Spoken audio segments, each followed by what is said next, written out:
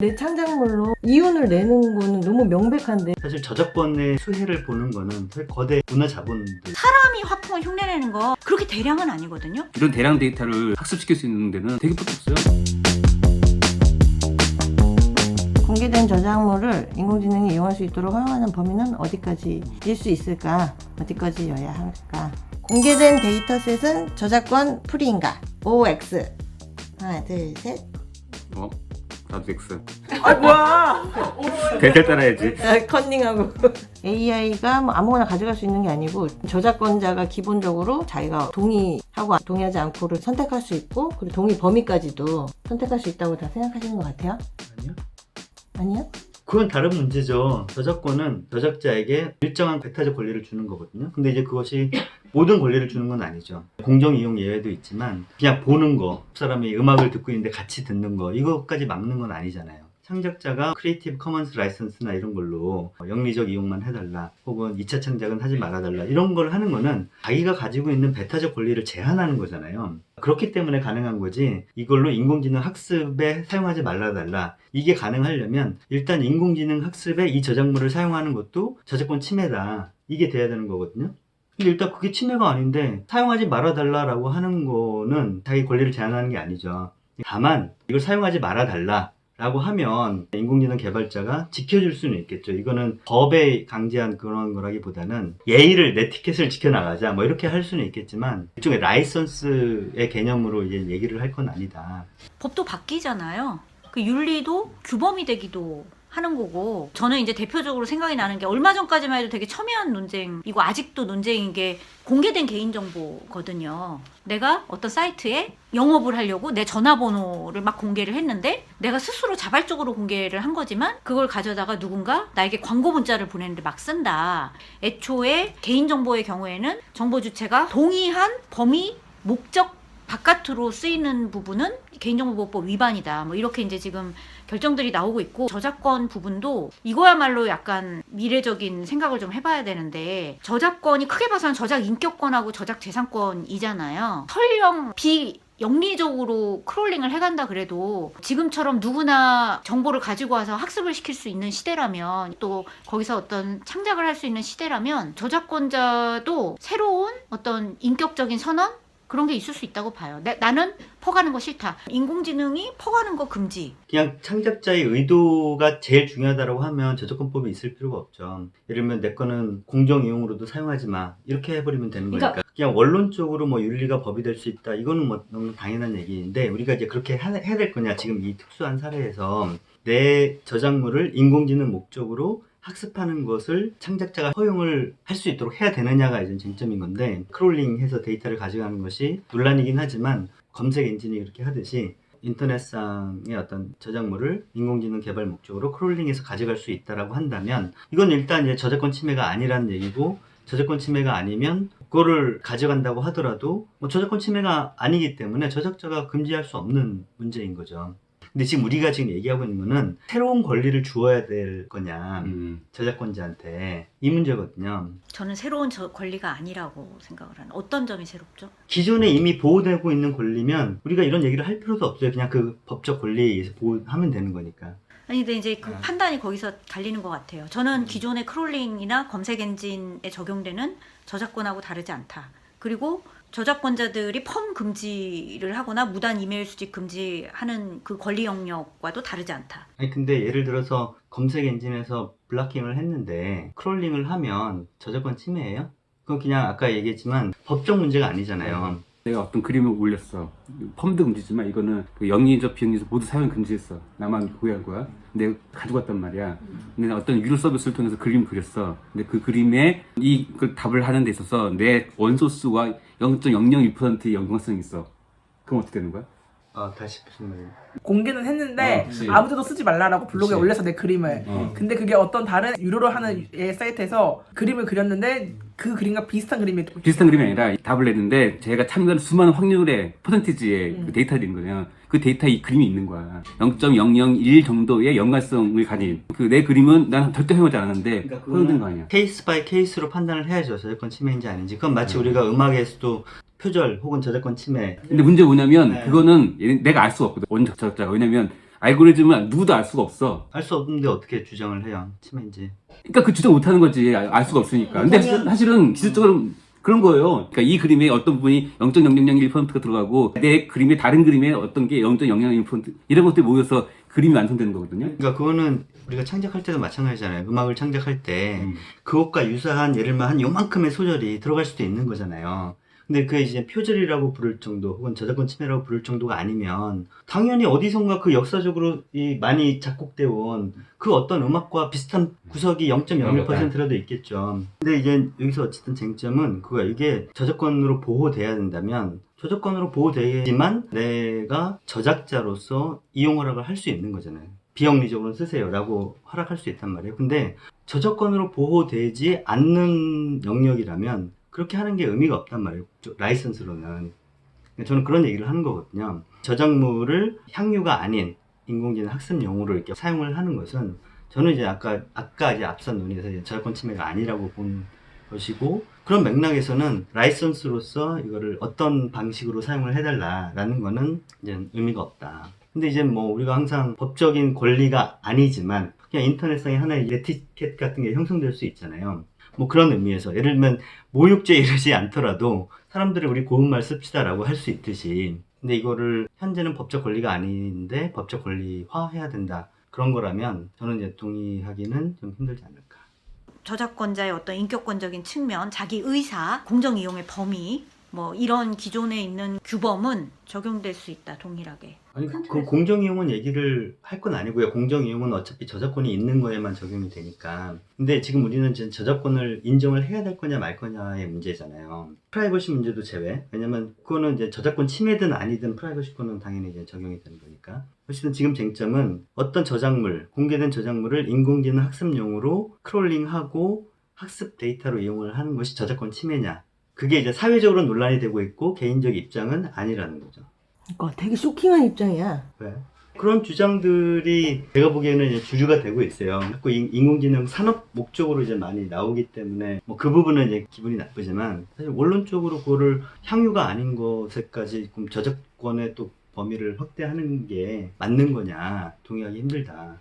근데 저는 그 산업적인 목적이 중요한 거라고 보는 거거든요. 우리 개인 간의 막 문화 향유하고 이런 문제가 아니고 내가 네 거 그림을 베껴가지고 더 좋은 그림을 그리게 되고 뭐 이런 게 아니고 이게 지금은 이미지 생성기가 공짜로 막 공개돼 있지만 이미 뭐 유료 프리미엄 모델들도 다 있고 앞으로 다 이걸로 돈 벌려고 하는 거잖아요. 굉장히 그냥 기본적으로 상업적인 거고 근데 거기에서 그 내 창작물로 이윤을 내는 거는 너무 명백한데 만약에 저작권의 범위가 거기까지 보호해주지 않는다면 나는 법적으로 다른 권리를 보호받아야 될 것 같은데? 저는 바리님 의견이랑 비슷한 것 같아요.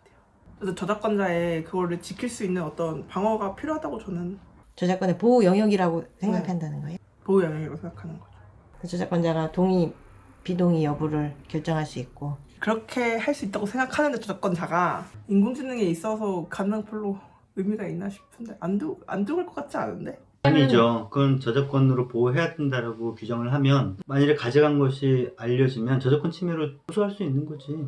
그리고 지금은 초기지만 그래서 법적인 규제는 없지만 업계 자체에서 그 창작자들이 자기 그림 빼라 아니면은 내 스타일 그런 거 아예 넣지를 마라 정약핑 스타일로 이렇게 그려줘 이걸 못하게 할 수 있는 기능들을 지금 다들 부랴부랴 만들고 있단 말이에요. 다른 얘기가 아닌 게 사실은 법으로 해결할 문제가 아니라 인터넷 그러니까 우리 동의한 질서의 형식으로 일이 진행되면 되는 거잖아. 그러니까 아니면 예를 들어서 그건 당연히 그렇게 될 것 같은 게 예를 들어서 특이한 그림체 이말년이 그렇게 하지 말라고 해서 이말년 그림체 특이하니까 티가 날 거 아니야. 그럼 자기 거 빼라 그랬어. 그걸 안 빼주지 않을 것 같은데. 그건 너무 그 산업사 너무 당연하지 않아요? 근데 우리가 나도 이제 경계를 하는 게 결국에 산업적인 이용인데 산업적인 힘에는 윤리나 자율규범으로만 우리가 해결할 수 없다고 생각하거든요. 그건 결국에는 약간 강제적인 법적 규범이 있지 않고서는 그 산업적인 힘을 이길 수가 없어요. 근데 인터넷은 많은 자율 규제로 하고 있잖아요 지금. 뭐 댓글이라던가 어쨌든 네이버나 다음에게 맞는 자율 규제를 맡기고. 아니 뭐 모든 것을 법적으로 다 규정할 수는 없지. 하지만 산업적인 이해관계가 굉장히 첨예한 분야는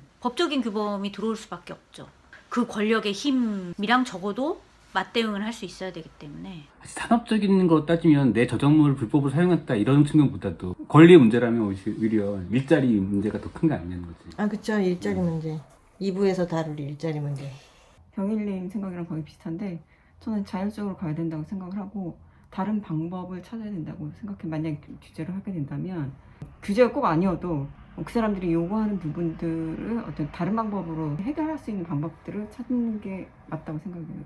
저는 개인적으로는 기본소득 관련돼서 좀 생각이 좀 맞닿아 있어요. 기본소득이? 네, 그러니까- 뭐 이거는 나중에 뭐 일자리 문제나 이런 거 이제 아. 나오면서 이제 더 자세하게 얘기할 수도 있겠지만 저는 상업적인 것으로만 얘기하기는 좀 힘들다고 보는 게 저작권에 대한 비판적 인식이 높아진 것도 지금 이제 거론되는 예술가들은 영세한 그런 개인 창작자들을 중심으로 이제 언급이 되고 있지만 사실 저작권의 수혜를 보는 거는 사실 거대 문화 자본들이잖아요. 그렇기 때문에 거대 문화 자본들이 어떤 저작물을 갖고 배타적으로 그런 권리를 계속 이제 강화시켜 나가고 연장해 나가면서 사람들이 어떤 향유할 수 있는 권리를 제약하고 있는 그 논리라면 그런 거대 자본들의 저작권은 또 축소하고 그러면 영세한 개인 진짜 창작자들의 권리는 확대하고 그렇게까지 얘기를 해야 되는 거 아니에요? 맞아요. 그러니까 그거는 완전히 이제 새로운 시스템을 얘기를 하자는 얘기지. 온라인 플랫폼 의무도 규모별로 시장에 미치는 영향별로 차등 적용할 수 있거든요. 나는 의무도 더 거대한 자본일수록 더 크게 줄 수 있다고 봐요. 예를 들면 내가 그림 그리는 거기다가 모자 쓴 미키마우스를 그려줘. 모자 쓴 미키마우스가 나왔어. 이게 어떻게 되는 거야 그러면? 그러니까 나도 디즈니에 대해서 얘기해보고 싶어. 미키마우스가 창작된 지 지금 95년이 거의 다 돼간다고 하거든요. 저작권 말소되기 전에 디즈니 걸 막 가져다가 막 학습을 시켜가지고 막 창작할 수 있는 새로운 미키마우스 스토리를 만들면 인터넷 산업계에서 지금 하는 논리에 따르면은 그 가지고 오는 건 저작권을 인정을 안 하고 자기들이 새로 창작한 건 또 돈을 달라 그러겠지. 어려운 문제다. 나는 거기서 일단 권력의 불균형한 그런 걸 느끼거든요. 그러니까요. 근데 그러면 그 권리에서 세부적인 기준을 정해서 권력이 센 주체들의 권리는 인정하지 않고 약한 주체들만 권리를 인정하도록 할지 그에 기반한 아예 권리 시스템 자체를 완전히 좀 다른 방식으로 바꿔야 된다고 얘기를 해야 될지 근데 저는 이제 그 부분에서 후자의 측면으로 보는 거죠. 왜냐하면 전자로 가려면 그러면 그 기준은 어떻게 해야 될 거고 이거 다 따져야 되잖아요. 누구의 권리부터 그러면 더 보장을 해야 되고 중간에 있는 창작자들은 또 어떻게 해야 되고 뭐 이런 얘기를 다 해야 되거든요. 그걸 이제 하나의 이제 제도로 설계할 때는 정말 쉽지 않은 문제가. 그 문화자본과 거대자본과 창작자를 이렇게 따로 구분하자는 건 이제 규제 측면에서 얘기를 한 거죠. 그 규제 시스템을 만약에 도입을 한다면, 그러니까 제 생각에는 거기가 저작권 영역이기 때문에. 왜냐하면 이 개인 창작자들은 흩어진 이익이기 때문에 자기들이 통일된 목소리를 낼 수 있는 대리자가 아직 없기 때문에 그 규제 시스템이 초점을 둬야 되는 건 큰 문화자본, 이를테면 디즈니 같은 데가 아닌가. 저작권 시스템이 바뀌어야 된다고 생각을 하는 건 아니고 기존의 저작권 시스템 편입될 수 있지 않을까. 그러니까 새로운 시스템을 만들어줘야 우리 오병한테 그래. 오병이 말하는 그 후자는 그 어떤 식으로 생각하고 계신 건지.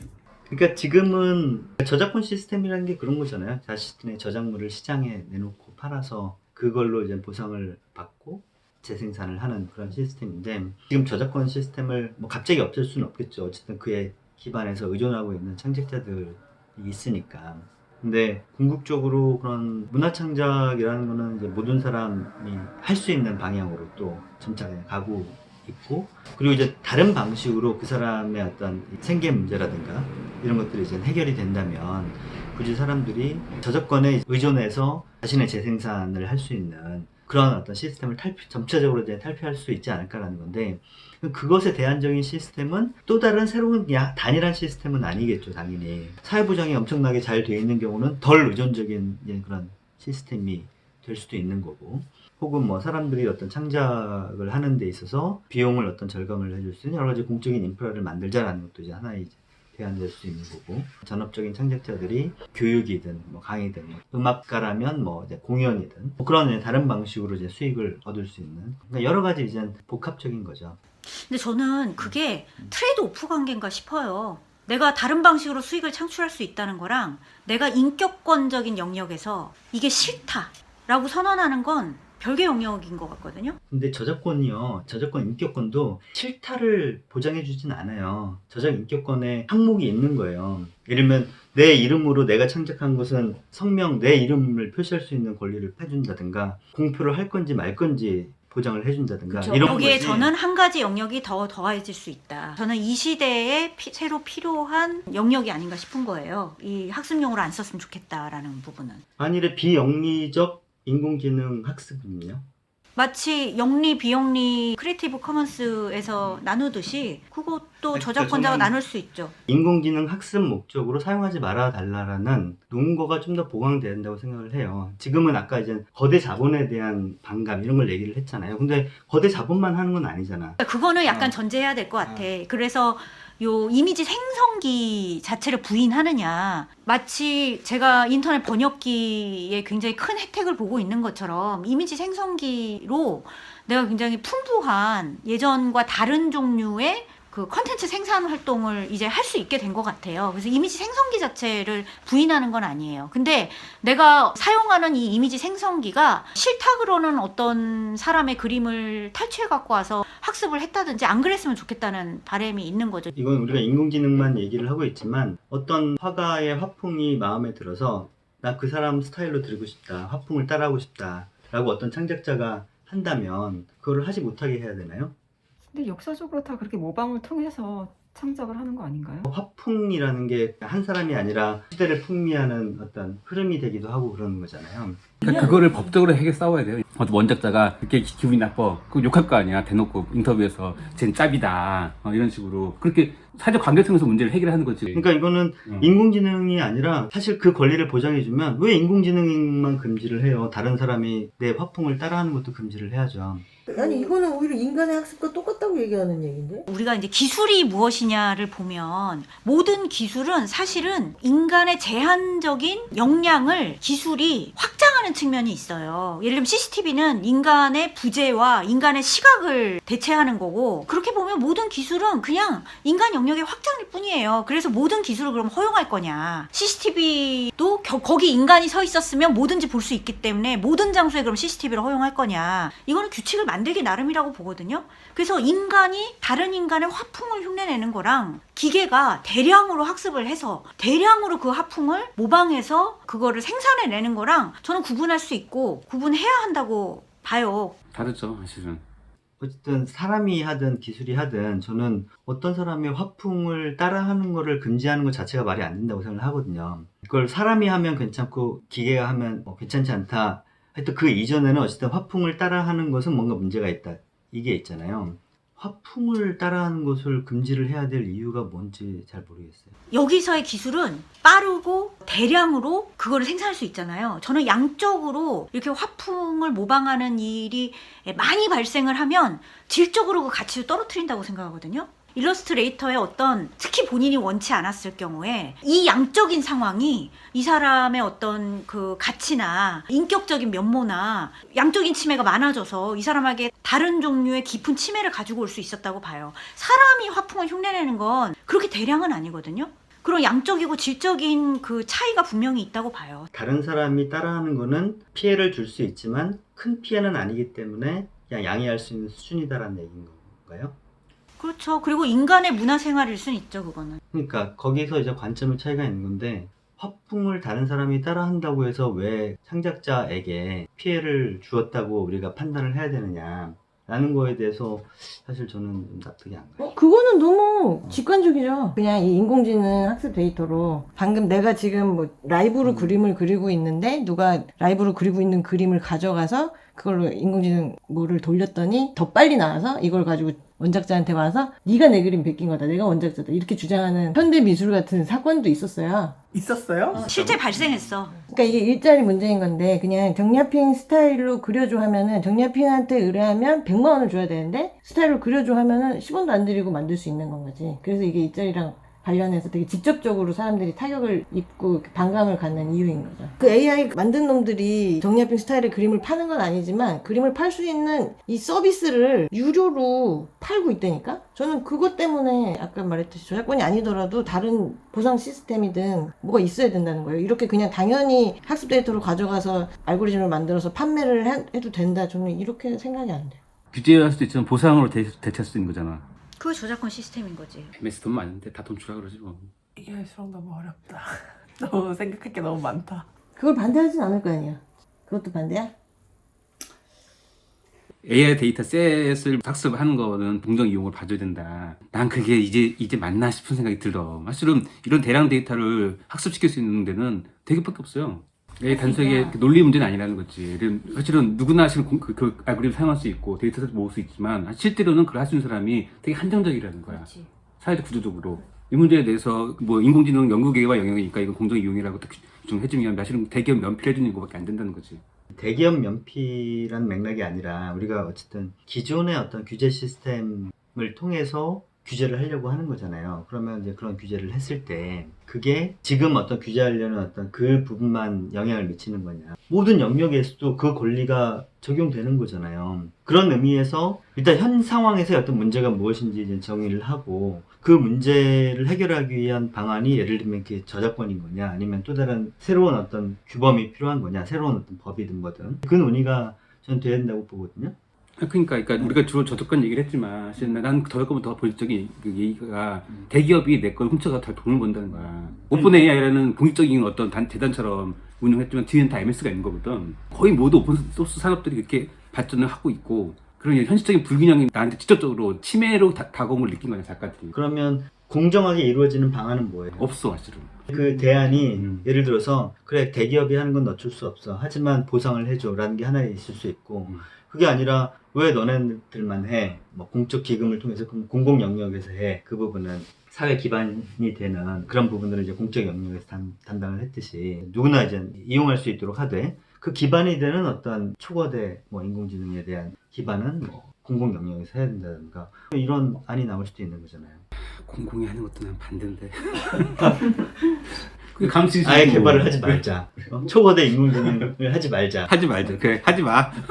그 예전에 이제 정보 공유 운동을 하고 지식의 생산 문제를 얘기했던데도 자본에 대한 비판이 있었다고 생각을 해요. 그게 그냥 개인 발명가나 개인 창작자들의 권리를 압도하겠다 그런 생각으로 우리가 시스템을 설계를 하려고 생각했던 건 아니었던 것 같고 지금도 사실은 비슷한 문제의식을 이 상황에도 적용할 수 있다고 생각을 해요. 저작권을 다시 강화하자 이렇게 주장하는 건 아니고 지금 여기서 문제되는 상황은 어쨌든 저는 엄청나게 많은 양의 데이터를 압도적으로 수집을 하고 빠르게 학습을 시켜가지고 그걸로 수많은 창작물들을 생산할 수 있는 아까 얘기했던 뭐 문화 자본이나 굉장히 압도적인 기술 빅테크 회사들이나 이런 데들이 어떻게 보면은 지금은 굉장히 흩어져 있고 약자일 수 있는 개인 창작자들 좀 압도하고 있는 상황으로 나는 문제를 좀 인식하기 때문에 그 제 얘기는 예를 들면 우리가 지금 되게 영세한 어떤 개인 창작자만을 두고 어떤 저작권을 강화하면